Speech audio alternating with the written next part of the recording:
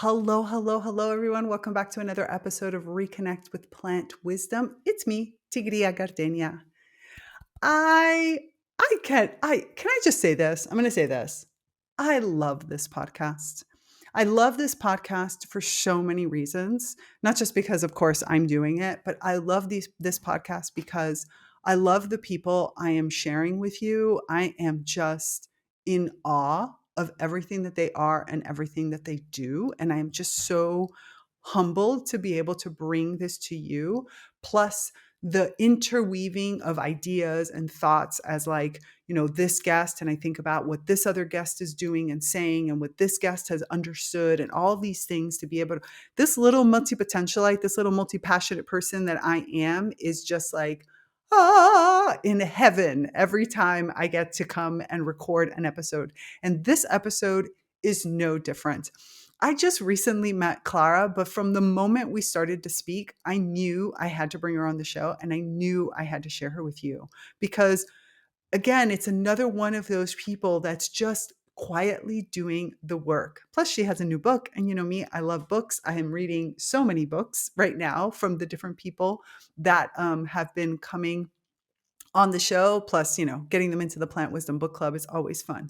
So this episode is going to be just another deep dive into reconnection and why it is so important and how you and anyone you know can do it in small steps. As always, remember that this episode and all the episodes, this entire podcast exists thanks to your support. So please hit the subscribe button, hit the like button, make sure that you share this with your friends, and come over to the Naturally Conscious community to be a part of these deeper discussions and explorations, because it is all of this that is what is going to change the paradigm that we desperately need to change right now.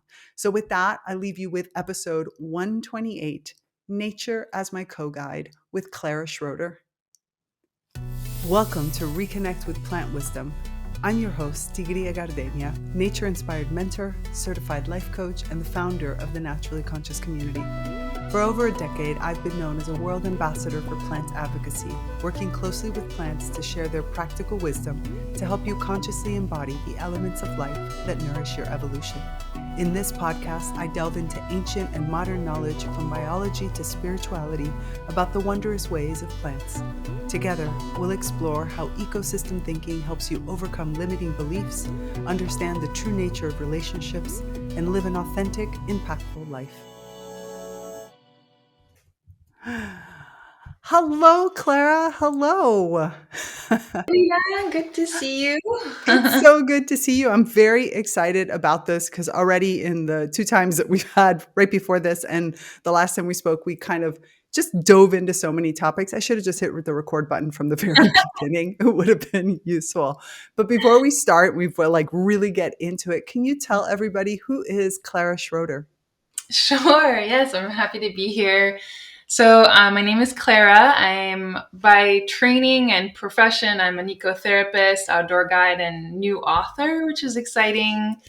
And mostly also I have a soul mission to bring more well-being and global health to people, the planet, all beings, nature. I'm here to really heal the disconnect that is present in our world and causing so many issues between human society and the more than human world. And so that looks many, many different ways, as I'm sure we'll go and talk about. And so I'm just a really passionate kind of guide and messenger between different parts of our worlds here. I love actually, I say this all the time, so I just kind of want to reassure you. I love the stumbling of words. The stumbling of words to me is, especially for multi-potentialites, for us that have all these different passions that we're weaving together, is such, for me, an indicator of how we're bringing new paradigms into being. So you stumble away because I think that's the most exciting part of it all. And I want to start on there's so many different places where I kind of want to start based on our conversations, but I want to kind of dive a little bit deeper into this particular comment, this particular topic of disconnection, because I'm excited. Like I literally get goosebumps excited how more and more of the people that I'm talking to, as we're getting into our conversation, we're realizing that it is disconnection, and it is that place when the human places themselves outside of nature that Yeah. causes so much of what we're seeing in the world. So Yeah. many of the anxiety, the feeling of hopelessness, the feeling of aloneness, all of these different pieces really oftentimes come back to that original riff and that disconnection. I'd love for you to kind of share with us kind of how did you get there? Like what was the path that took you to the understanding of that original kind of trauma, as we call it, or that original parting and everything that it's been happening to especially the human being, but also the Yeah. planet as a result of Yeah. it? Agreed.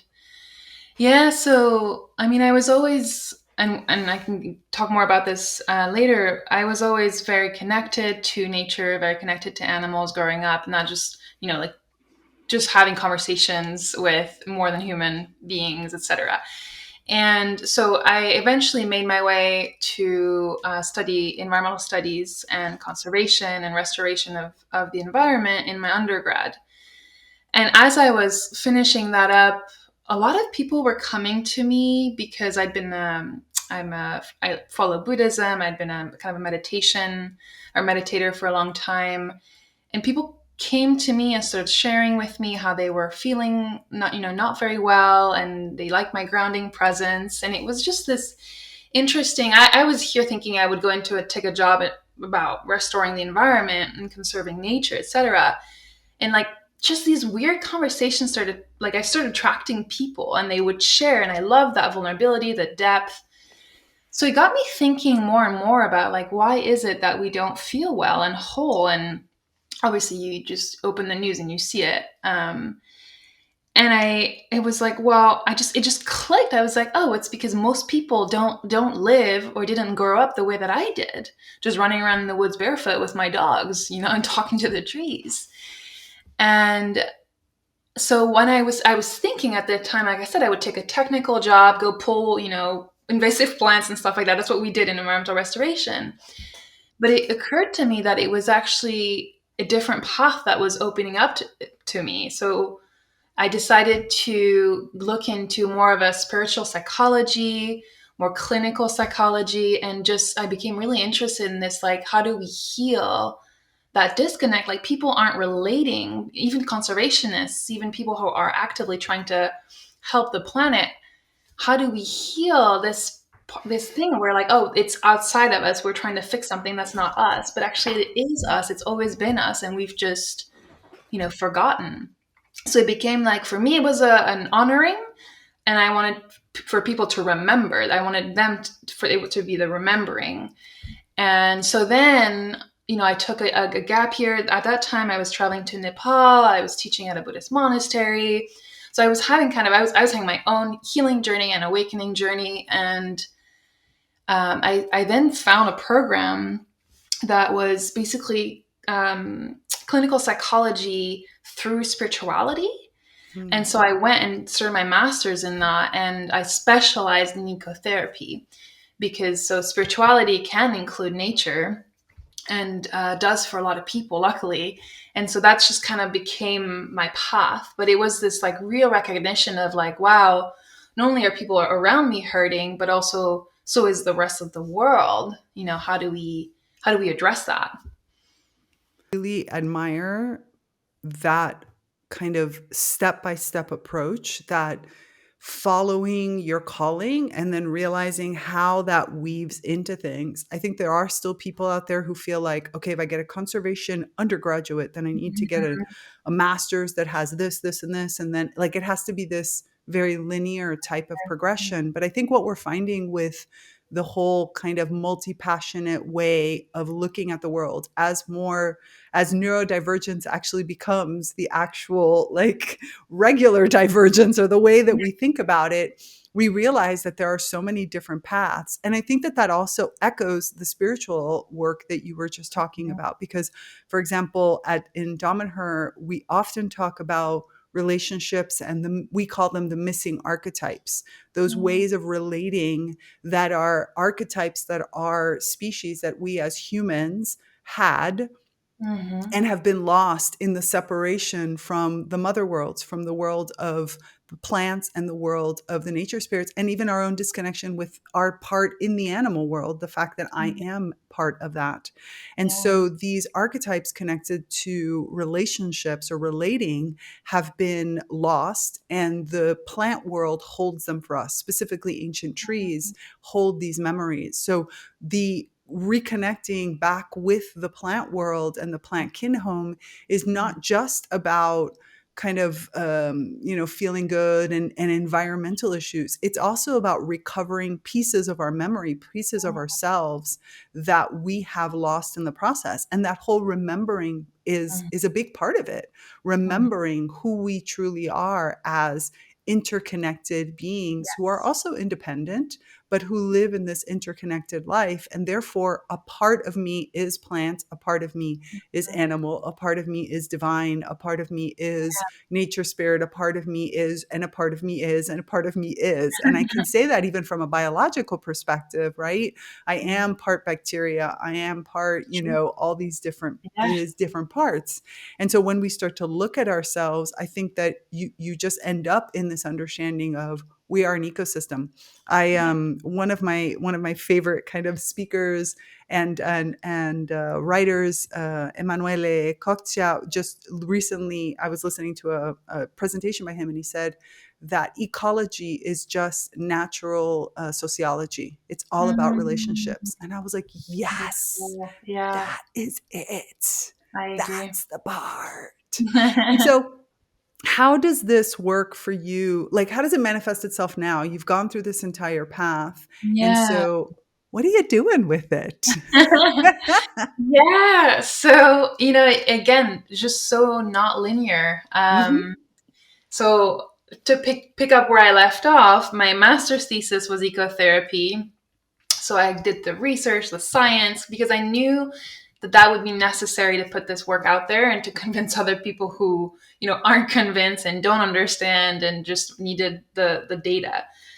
And after that, I was like, okay, I have the master's in psychology. I can communicate. I can, understand people better. I'm going to become a certified coach because I didn't want to work with clinical population. And that was a requirement together, the master's and the coaching certification, to become an ecotherapist, like a certified professional ecotherapist. And so, that just added years of schooling, and I did the thing, and, also taught in between and kind of built a business. And then, ecotherapy, and how the way I lead it is I do work remotely with people on their nature connection. That's totally a possibility, especially for people with limited mobility. Like, it's really, I'm trying to make it very accessible. Mm-hmm. Um, and it can also look like going to, a park or the forest or the beach, depending on, I'm in San Francisco, California, so we kind of have all those options. And go and just being with the client in that space, and then inviting nature to be my co-guide, essentially. And what I was saying in my intro is, I'm just the messenger. I'm just letting people know that there is a communication happening, and I'm kind of like attuning their senses to it. So we'll be like processing something, and the client will say something, and then a hawk flies overhead, or something, a lizard, or we come across fallen leaves. It's fall, for example. And so I'll bring that in, and I'll say, hey, did you notice when you said that this happened? Like, it's a spontaneous nature event is what we call it. And then I'll ask, what does that bring up for you? So nothing's artificial, nothing's forced. I just literally, before any session, I come into prayer, and I connect with the land, and I ask for guidance for the client. And so there's a real, like, it's a relationship. I'm building a relationship between the person and the place. And the place is chosen, according to what they're working on or what they're comfortable with. Not everyone wants to go be out of cell range and on a dirt trail. Sometimes we can go to a city park and look at the flowers growing or whatever, or the trees. So that's kind of, and so those sessions go an hour to an hour and a half. And then I also have led women's nature retreats, and just again, it's that, and on those circumstances, I also send them out on the land as a solo. So there's a lot of ways that it manifests, and I try to bring in on the corporate world side. I focus more on resilience and how nature is an ally in resilience, and so I try to, I've delivered some talks about that, and there's of course science backing it up, but that's another different facet, like you were saying, multi-potential, multifaceted. Absolutely. And I do think that this is so important to help people realize, to help us enter into an understanding that place is important, and place can be anywhere. And I think, going into parks, using and working with the land around you is Mhm. so important, even if that is your, urban street, even if that is the inside of your home. And once Exactly. you connect back into place, and I think that this is why that combination, like you said, of in person, but also just because you can't do it in person doesn't mean you shouldn't do it. Like I do, I would say 99.999% of my work remotely. And I Mhm. work probably 99.9% of that work with houseplants. And I love working with houseplants because, houseplants have had such a rich history with human beings. Mhm. Houseplants have been connected to us, have been growing, expanding, and more than anything, adapting. Because if Mhm. there's ever a species that has had to adapt very quickly, most houseplants are tropical, right? Yeah. They've had to kind of adapt into this temperate kind of weather that we have inside of a home. Most of these plants have had to figure out how to deal with changing light conditions on a Yeah. regular basis. Like you're in a windowsill, or maybe you're farther away, and how do I deal with this darkness and all these pieces? And I think that once we start to get into the life of a houseplant, we start to recognize so many aspects of ourselves as that adaptable, resilient species that we really are.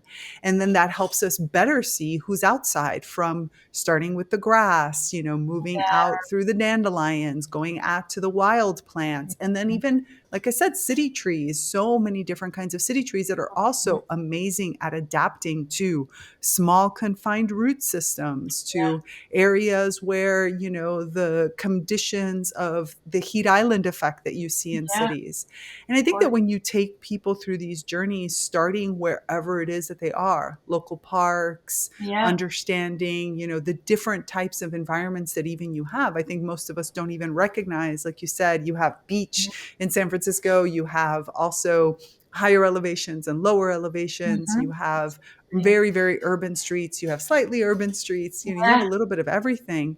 And I think that when you take people out to have a relationship with the more than human world right outside, then place becomes something tangible. It Mhm. becomes more home. It becomes more relationships and friendships and all these different pieces. And I'm curious as to what you see in your clients, but also in your Mhm. own like research and in your own life. How do you Mhm. see that this changes people? Like, what are the experiences that you see Yeah.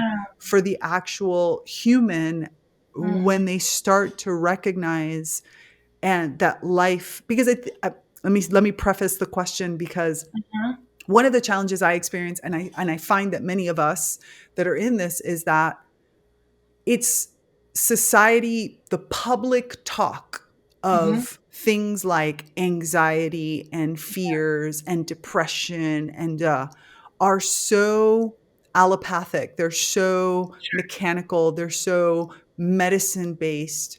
They're Mhm. so chemically driven in the conversations that are happening, that I find that, especially in urban environments, most people don't even recognize that what they're experiencing Yeah. is disconnection from I nature. agree. And so, how do you kind of overcome that? How do you help people understand, hey, all these things that you're trying to treat with medicine or Mhm. exercise or discipline or whatever is really more disconnection? And on the other side, once you finally get people through the door, what are you seeing changing in them? Yeah, so I love your question, and I also want to preface that I don't work with clinical populations. So they come Right. to me with anxiety, and they come to me with loneliness, and potentially depression. And because my certifications, other than my master's in psychology, that doesn't make me a psychologist, is Fair. I say coach. that all the time about myself. Like I will not specifically work on that with you, and everything that we'll do together improves it.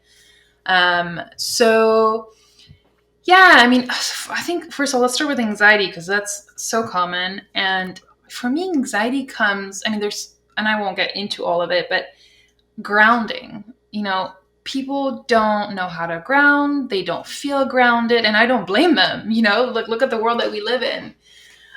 So that is a great starting point. First of all, and plants are such allies in that, nature in general, like feeling your feet on the ground, connecting with the earth, noticing that connection, literally, like your body is part of something bigger. There's an entire force field underneath you. Right. So anxiety, grounding first, and then really a lot of people, what they feel alone in their anxiety and their concerns and their fears about the world. So nature, and I use nature, it's a capital N, but it's a bigger, container. Um, and like you said, you're just talking about it. If someone starts to pay attention to the cycles of nature right outside their doorstep, that tree, that depending on where you live, something is like that tree's, unless it's like a conifer, but even the conifers change, like the pine trees, you know, Absolutely. yeah, there's a cycle, there's a rhythm, there are seasons, like just like your own internal seasons. There's a movement, there's a rhythm, and the moment you start paying attention to that, then you don't feel so alone. One of the practices that I talk about in my book is like good morning ritual. So it's super simple, nothing crazy deep or spiritual because it's made for a mass audience. Have your morning cup of tea or coffee and think about, where did the water come from? Where was the tea grown? Where did the coffee beans come from? And what community of people, but also earth beings and like ecosystems help that come to me? And automatically you're connected, you're interdependent, you're interconnected with a whole, like with, the planet and other people. And as you consume it, like really set, the intention that you honor that connection. And so that's a simple thing, but people are not going to think about that necessarily. Like, so uh, things that I see shifting in my clients or just in general is people feel more relaxed, they feel more trusting, they feel like they're not so alone. And it's something that you cultivate, right? It's a practice. So it doesn't, you start it and then, you might stumble and then try again. And it's, you build on it and then it becomes, until it becomes automatic. And that's really what I want to help people build into their lives. And that's how you create sustainable well-being. Because that's kind of a phrase that I use when I talk, is sustainable well-being comes from, acknowledging that we're completely connected all the time to the more than human world. Um, it's just, you have to work towards it and be conscious about it. And yeah, I hope that Yeah, answers your question. it's almost like it's a reawakening, it's a Yeah. reactivation that happens. I've actually it's interesting to see in my own practice with my Mhm. one-on-one clients, how much I've even changed in the way that I do things. For example, I used to give much more space to my clients between sessions. And nowadays I do either Yeah. weekly or biweekly kind of fixed sessions because of exactly that practice, Mhm. because we are introducing those types of thoughts into their lives, because we're trying to create we are working on these living ecosystems. And that practice that you mentioned of like the morning is so important. Taking that time to like especially with food, it's such a great Yes. way of doing it because it is something that is such a necessary part of ourselves. So Yeah. taking that moment as you're preparing your coffee or your tea in the Mhm. morning, and literally like through touch, Mm. through memory, through emotion, through so many different parts of yourselves and senses of yourselves, connecting into that particular being, whether you're talking about tea leaves or the Yes. water or the coffee bean. And like literally, as you're pouring it into whatever it is, taking that time. I mean, I think that there are so many people who talk about having that favorite mug, that Yeah. favorite kind of apparatus that they use for brewing their coffee, and that it all tastes better because you're putting in that energy and because you're starting up your day with that connection and Yeah. that moment of sitting, with that being who has Yeah. given their life for you, and to, bring that into yourself is probably one of the first things that you connect with. The same Mhm. as breath, as you were talking about Yeah. relating to grounding, is even just 5, 10, 15 minutes of breathing, of breath work of any sort, but Mhm. just that conscious breath and how different it is. I think most people think that when we talk about breath work, we talk about it from the perspective of, clearing your mind. And it's like, again, this mental practice. And yes, it can be. But I Mhm. have found that more than anything, breath work is about all those beings that are coming in as I take that breath, all those connections, and with my plant partners, all the Mhm. oxygen that they're producing Yeah. for Of for my course. space, for me, and how I then think about it. Almost all the meditations that I do, I try to bring that consciousness of like every time you breathe out, you're also giving to your plant partners. You are sharing Mhm. that carbon dioxide. You're sharing molecules of yourself. You're in your saliva, in all of those compounds. Not just are you bringing in those volatile organic compounds from the plants, but you're also expelling a whole series of Yeah. different compounds. And so that's there, plants have as many parts of you in them as well. Yeah. And so does your cat or your dog or your reptile or whatever other animal is living nearby. The Yeah. lizard, the spider, or, whether you like spiders or not, the ants crawling across, like all of these beings are sharing this space. And I Mhm. think that when we start the day with that connection, like you said, I now feel grounded. I feel a part of something. I don't have, not mentally necessarily, but at least I know I am part of the greater web of life and I Oh, don't have to think about it. I just have to feel that yeah. peace.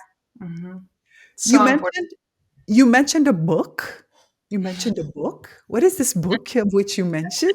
Uh, yeah, so the book is kind of my way of trying to take these practices and this message to a much wider, portion of people.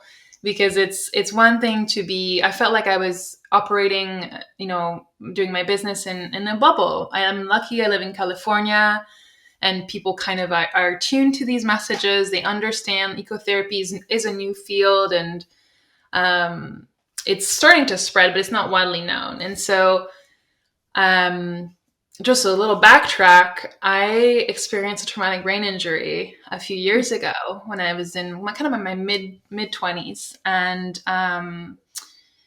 so it took me a long time to recover from that. And I felt like I was really being offered a second chance at life, and I kind of coming out of that long recovery period, I decided that, like I just mentioned, the world is in crisis, and I have these tools and sometimes gifts, and my message just was I wanted to amplify. I wanted to reach more people. So I always knew I would write a book. I just didn't think it would come that fast. And so the book, I moved forward with it, kind of coming out of my recovery. It gave me more of a sense of purpose. I wasn't sure how I was returning to entrepreneurial pursuits, to my business. So that's how I came about. That's the backtrack. And I'm very grateful to be here today. Let's just put it that way. And the book is called Renature, and how nature helps us feel better and do better. And the idea is to show people, like I talk about the disconnect, the history, how we got to where we are, how we have mental health crises that are, like you said, are being treated with medicine. And again, I'm not going to make comments about medicine. I think sometimes they have their place, and we can also just use plant allies so much more than we use chemical substances. But beyond that, there's a potential for us to lift the consciousness, to come together and start to renature, to really notice the ripple effect of our own nature connection. So I teach people how to build that in the book, and then paying attention to how that ripples out. Literally, it's going to make everyone in your life feel better because you're a better person, you're more whole, you're more connected, you're more well. So, your family, your community, everyone's going to benefit. That's the first ripple outside of yourself. And then beyond that, if your well-being is coming from being connected to the more than human world, to what you've always belonged to, then my hope, and the science backs this up as well, is that people are going to want to protect and like care and give back and really show that compassion that's so needed and lacking in our world. So it's the book has 3 parts. The first part is more going over like how we got here, the issues. It's definitely not doom and gloom, but you got to kind of get into it first. The second part is more talking about that community piece, the resilience, the spirituality, before I get more into the tools, the love, the compassion, the ripple effect of nature connection. And so renature is the idea of reconnecting with nature to a whole other level. And yeah, it'll be out very, very soon. I, of course, will include all the information about it in the show notes. And I love this, like, I'm a big person. So Mm. to a certain extent, I guess you could just say brand is about reconnect. I mean, this podcast is called, Reconnect Yeah, with Plant Wisdom. I have so many parts that are called reconnect or reawaken because I really do feel, and this is part of also my philosophy, the whole Dhamma philosophy and my own spiritual practice is that we were once all yeah, united. We were once connected. And I don't see necessarily the individuation as a negative thing. I think that it's very easy for people, as you said, to get into the doom and gloom or to focus on the negative. I feel like it's a path of awareness and of consciousness and of wow, conscience that we have to develop. I feel like it's really important.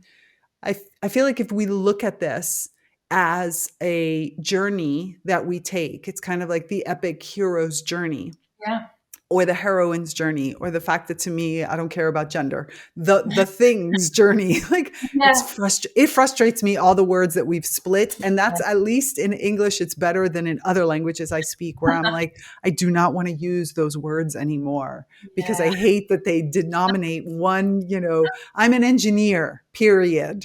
Not an engineer air or whatever words you want to add. Like, I'm just an engineer.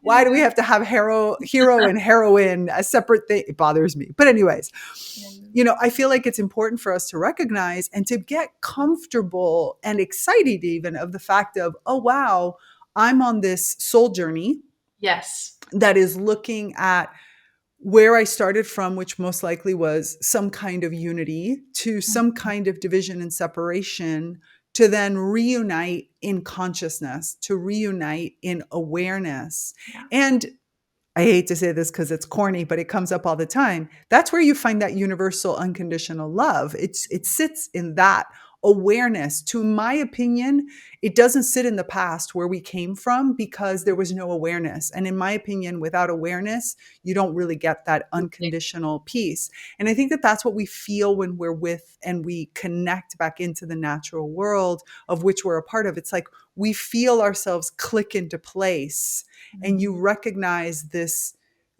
uncontrollable feeling of beingness and of being a part of this, that is where that seed of unconditional love really does come from. Mhm. And you I, at least this has been my journey, and the journey that I see so many of my clients go through, is it is something that we can talk about Mhm. But when you feel it, it really has to be, it really always comes from that awareness. It's Mhm. like, oh my goodness, that's what it is. I remember the first time I was in a spiritual research group that we sort of came to that understanding. And I remember that feeling. I've always been one that's when people talk about, oh, all of this beautiful unconditional love, I'm like, Mhm. whatever. And and then to be sitting with, with actually this plant, no name Dracaena, Mhm. who's sitting right in front of me, and Mm. feeling that from the group of people, and by people I mean human and more than human people, we were all sitting in this group, and it was virtual, to be honest. And Wow. here was all these, I think there was like maybe 8 of us, and each one Mhm. of us, 8 couples, because each human person had been working with a plant person for the last year. And here we were sharing these experiences, and I felt all these plants and people interlock in a way, Mm. and that sort of irradiating, I know it sounds super corny, but I have no other way of saying it, this radiation of like universal love that came Yeah. out of it, that still to this day like makes me tear Mhm. up as I'm talking about it, because it was just like, oh my goodness, that's where we're headed. Like that's what I want to feel all Yeah. the time. I want to be able to lock into that. And I feel like these practices that you're talking about and that we're talking about relating to what you've included in your book and Mhm. what you practice as an ecotherapist is really about that. It's Mhm. about baby steps that Mhm. you guide with the help of a natural Yeah. being, Yeah. and that we as the kind of coach therapist piece are Mhm. just there to hold that space for you, and to like hold your hand when you wobble Yeah. and make you feel like you're fine. Where do you want to go from here? And Yeah. having that person turn to the plant partner or ant Mhm. partner or dog partner, whomever of the more than human world that's helping them in that moment, and turning and say, where should we go? What steps should Yeah. we take? Yeah. And seeing where that curiosity takes them is such a privilege and so Mhm. beautiful. And then from there you can't unsee it, so Yeah. therefore it feeds into everything you do for the rest of your day, week, year, life. You Yeah. can't undo that step unless you really got to work hard for it, like type of thing. I think you can forget about it temporarily, Fair. but there comes the remembering. So that's why I understand. I also work at least weekly or biweekly when I'm in a coaching container, because the remembering, the building of the awareness, the building of the connection takes that much activation sometimes. Mm-hmm. But I think that, I can use my mom as an example. In her adult years, she became a herbalist, for personal reasons and family, etc. But before that, as a child, and I was very inspired by her in my whole life. She was communicating with animals. She would talk to birds and hear birds, and not just, it was like language. But then it was. I mean, gets into the witch wound and everything. But she was like, it was like not okay. So then, when she um, when she like came out of that kind of, raising children and being, she actually went to business school, and she, like, she made a path for herself. But then she remembered somewhere along the journey, it was actually an animal. I'm trying to remember. I think it was her horse. Like, basically, she rescued a horse. We have horses in the family, and he needed holistic help, and so then she became exposed to communication, and so in this case animal communication, and she remembered, and now she's, energy healer for animals. She does herbalism for animals, and but it's, you can disconnect, you can Mm-hmm. forget, you can get pulled by society, and follow a different paradigm for a while, which is, we're all human, that's normal. Right. And I don't want anyone to feel bad about that. And follow, like you're saying, the curiosity, follow the spark, follow, you know, be open, and then you'll receive, essentially. I love that, and it's so true. It is true. I mean, we do have periods of our lives where we forget certain pieces, especially that path through a certain level of quote unquote adulthood in the traditional world where our cities are just built badly, so they don't encourage Yeah, you to stay connected, and so people feel like, "Oh, well, I didn't grow up in a farm, so therefore I couldn't." And sure. it's like, it's not necessary to do that. You don't have to have 700 plants in your apartment either. There's lots of other ways, but you're absolutely right that it is so easy for us to forget and Mhm, to get wiped out, and I think that that forgetting is mhm. what causes it triggers, let me just use that word for lack of a better Sure. term, all of those feelings that we were talking about, right? Those fears, that anxiety, that loneliness, that separation. I know that for myself, in the last, like, there have been three major elements, we'll use that term for right now, that when I don't have them, when I disconnect from them in my life, or when I feel like I separate out more for different reasons, I Yeah. feel that void. One of them is my esoteric roots, like really, which Mm. nowadays, after living in Damanhur for 15 years, is a completely different story because they're so integrated into who I am that it doesn't matter what I'm doing. I'm still always doing it with, those guides, with those relationships, with that understanding of the cosmology of the universe. But there was a period in my time of my life where I felt, kind of, this is life, and life is just this, and it's this box and everything that's in this box. The other one is the arts. Like, if I don't have a form of creative expression, I remember back when I was working in the corporate world, especially my first few years of technology, I had come out of a school of music, right? Because I'm a music engineer. So I come out of this school of music with creativity and the arts surrounding me. And I come into a company that is all about that. Like, this is technology meets music at the height of the internet bubble. It was such a Wow. thrill to be immersed in all of this new technology, but specifically around the arts. And Mhm. then for various reasons, I had to step away and farther away and farther away, and in the process also lost my own personal, because I had, played instruments and sang Sure. when I was in college, and I lost a lot of that. And I Mhm. remember sitting and listening to a friend of mine play the piano, and I was crying. And it Mm. wasn't, yes, he was playing beautifully, but it wasn't because of that. Yeah. Gotta say that. But it wasn't because of that. It was because I didn't have that in my life. And then even when I got all those pieces back together, there was Mhm. this feeling of like, what is missing? And then I met the plants. Like, Mm. I met all these plant people, and all of a sudden it was like, oh my goodness, Mm. that is the missing piece. Like, that is the part of me that I had never had a chance to even form a relationship with, because Mm. my upbringing never brought me into connection and contact. I didn't have access to that. It wasn't part of our vocabulary. It Mm. wasn't part of the way we did things.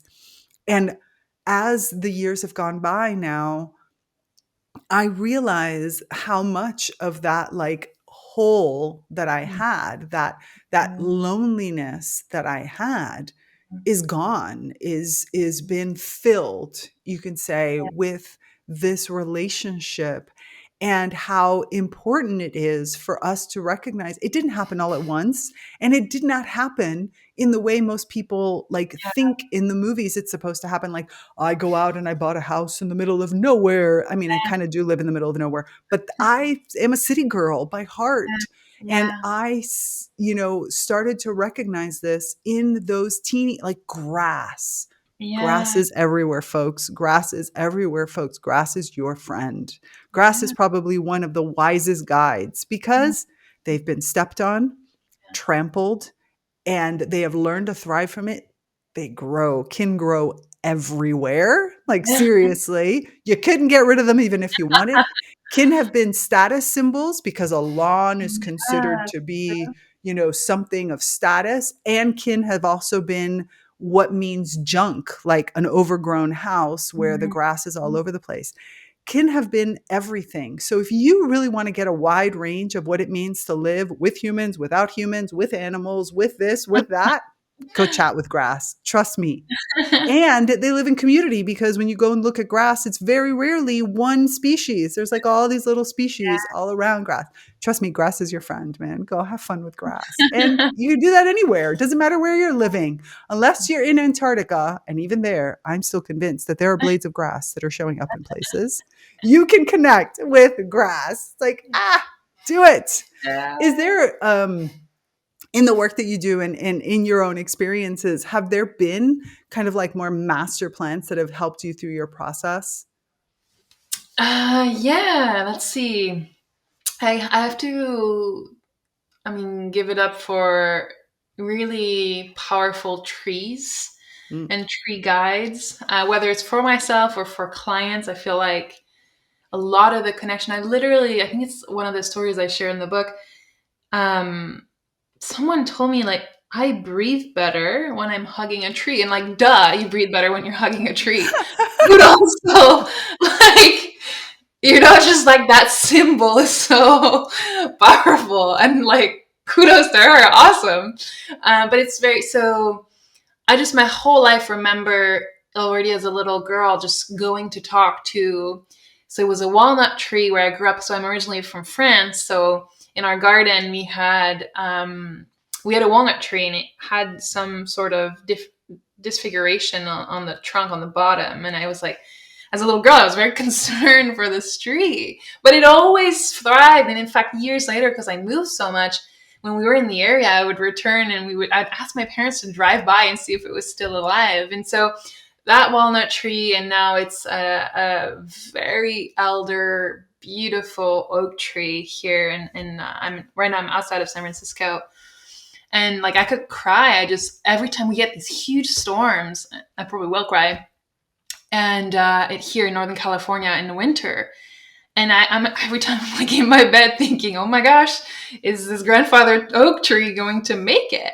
And right. I go out there and like, yeah, maybe a branch will have fallen, but it's so, yeah, he's part of my like weekly ritual. Mm, So I think, there's so many symbols and archetypes around trees, and obviously like they're even from the root system to like what they offer, and to the chemical compounds in the air that which you were talking about. It's yeah, I think that's probably been really strong guides for me, and also they hold the nests of so many birds, and like it's just always something. You can never be bored looking and communicating and being with trees. There's always something going on. absolutely. And I love how when you think about trees, right, we start to realize also the phases of life, very similar to our own phases. The maiden mother crone to a certain extent is really one of the archetypes that oak trees in particular embody so beautifully, where, the idea of the oak tree being this creating shade and just playful and experiencing the land, and then getting to the place with the acorns and giving so much. I just recently had, I think it was like Ep.128, Elspeth Hay, who we were talking about acorns, how she fell in love with the understanding of life and of nourishment and of this myth of farms that we have Mhm. through oak trees, and really connecting back into oaks, and how the oak goes through that mothering phase where it takes care, and then that crone of like, I create this entire ecosystem, my body holds, and all these little holes that get created for other kinds of critters, and like you said, nests that get held, and my roots hold things up, and there's just this entire ecosystem life that gets created from an oak tree. That Mhm. is such a powerful metaphor, but also partnership with ourselves and the environment. So many people have relationships with oaks because oaks Yeah. have really been there for humanity to be examples, but also to share and co-create in that perspective. Like you said, Mhm. that co-guiding of that space. And it's only been us that has forgotten, like we as humans have forgotten in so many places about that relationship, which is such a beautiful co-creation. And we do see, what was it, unfortunately I just blanked on the name of the oak tree that was cut down a few years ago in England, that made headlines of when this oak that was a symbol of that community, a symbol of that location, and here these stupid people who come, they are stupid, I'm sorry, but nobody will tell me that these humans are not stupid, who come and just like say, oh, he, I'm going to cut this tree down. It's like, what are you doing? And that's that example of the disconnection that you were talking about, that fact of when you're connected to that, you no longer, you don't go in that direction, because that just feels like cutting off your own limb. Yeah, It, exactly. and heading into it. As we start to wrap this up, so tell us once again the name of the book. Mm. So about the time that we're going to be, that this episode is coming out, I know that so check your bookstores. I'll put the links in, but also check your bookstores, because it should be right about coming out right now. If you don't Yeah, find it yet, go call the bookstore and be like, hey, when are you going to get this book? And so tell us all the name of the book, if it has a subtitle, and tell us what we need to know. And also, of course, we'll include your information so that people can yeah. find it directly from your website. Thank you. So the book is called Re-Nature. So it's spelled re-nature, talking about that remembrance, the reconnection. And the subtitle, I'll be super transparent, was so difficult to find because So is, I went always with, is. I had a different one, but because it's a mass audience, I had to go more TED Talk style. So it's how nature helps us feel better and do better. And I know that some people have some issues with that because it's personifying nature, and I completely agree. And when you have a publisher, you're on deadlines and they have a say. And so here we are. I go with Renature most of the time, depending on who I'm talking to. Um, and my name is Clara Schroeder, and yes, it will be available. So it's like late September for the ebook, early October for the paperback. You can also just reach out to me. I'm getting copies that are like completely sustainably printed, where everything is like the ink is algae based. And so those are limited copies. You can like shoot me an email. I'm happy to send them over. Otherwise, it will be carried by bookstores. So there's like your local bookstore should be able to pull it. But yeah, if you Beautiful. want, not every copy is going to be that, unfortunately, because it's just logistically the world doesn't work that way. But it And will and hopefully one day. it will. It'll get there. It's a lot closer, believe it or not. It's a lot closer. I have a lot of books now because I've been talking to so many authors, which I love. So I have this little like collection, and I'll make sure that we include it in our list of possible books for our Plant Wisdom book club. I'll send you one, So, which, of course. yeah, it would be wonderful, because that book club, can I say, we've been going now for about, I think, almost 3 years, if not more, like somewhere in there, or maybe it's been more. I mean, and I just love all the books that we've read, even the ones that have been duds, because we have had a few duds. I once did a podcast episode that was like 11 fantastic books and a dud, because it was, you know, sorry to the author, but it was like, no, do not do that type of thing. But even the duds, like, they're still great stories, and there's always something to come up with it. So I think it's so important, like you said, to have a book that touches different audiences and allows people to have these experiences, because again, not everybody at the very beginning is going to have, quote unquote, the courage to contact an ecotherapist, or a Exactly. nature inspired like life coach. Like, not everybody is ready to take that step, and I think that books provide an opening for you to start playing with this practice on your own. And I would say this to everybody who's listening, that, like, feel free to start with the book, right? Or to even Mhm. supplement with the book, right? The book is a great place for you to have that kind of doing it, and ideas and activities and just some direction. That being said, we're not meant to do things alone. We're No. just not. We are social beings. And so whether you go one-on-one with somebody because, again, you want to start in this perspective, or because you're trying to get deeper into something of your own, or you come into something like the Naturally Conscious community, which is, my community online, which is a space for you to explore through the arts, through reading, through meditation, through discussions, all Mhm. of it is good. just find the thing for where you are. Take one little step, play with it, and then allow the curiosity to drive you into the next direction. Because really, that's the way we're going to get things done. People like Clara, like myself, we're here to help be that container of safety, to give you some ideas and directions. And more than anything, we're here to just support your path. And if that means buying a book, great. If it means coming into the Naturally Conscious community, fantastic. If it means coming and doing one of our programs or working with us one-on-one, also great. Whatever feels right. The most important thing is that you do something and that Yeah. you feel supported in doing it. That to me is like the essence of it all. I completely agree with you. You said it so beautifully.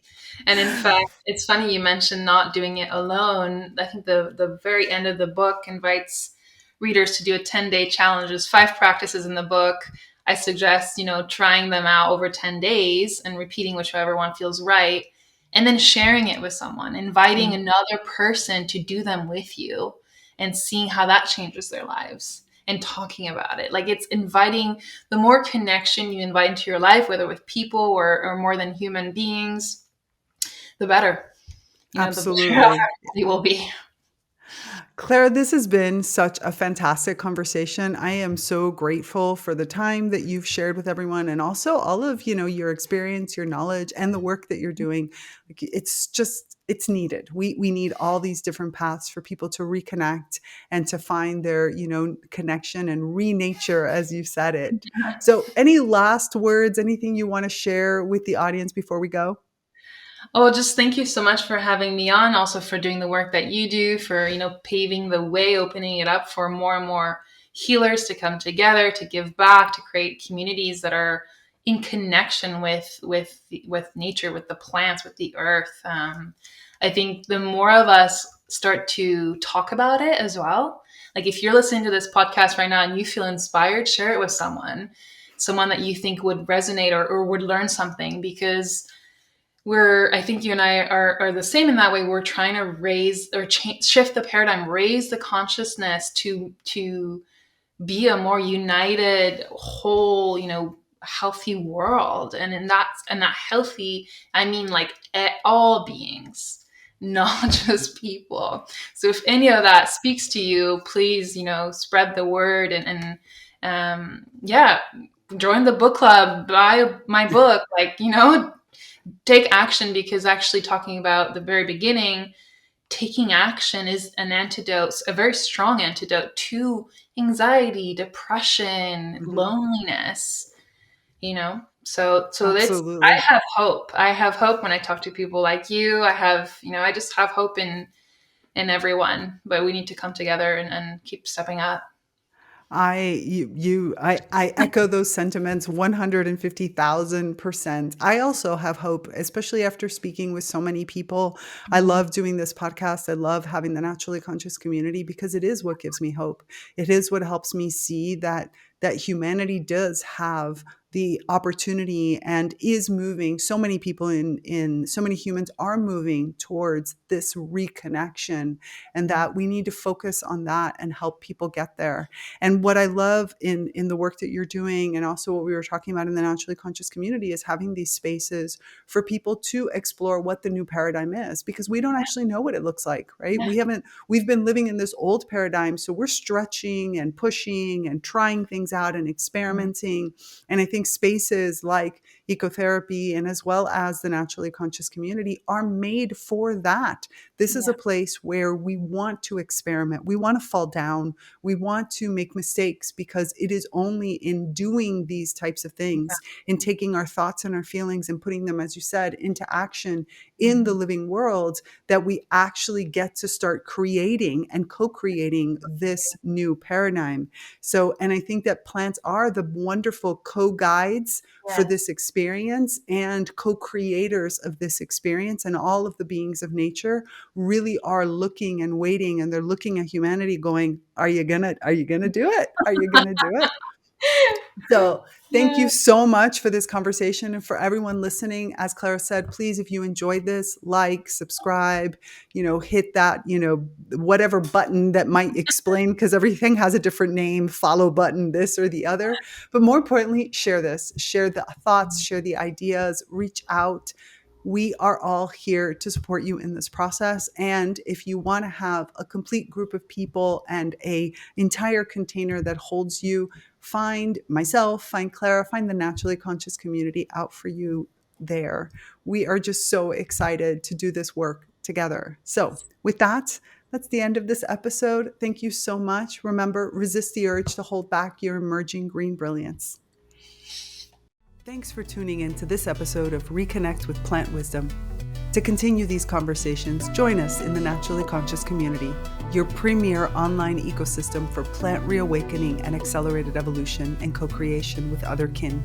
Here, you'll find expansive discussions, interactive courses, live events, and supportive group programs like the Plant Wisdom Book Club and the Sprouts Writing and Creativity Group.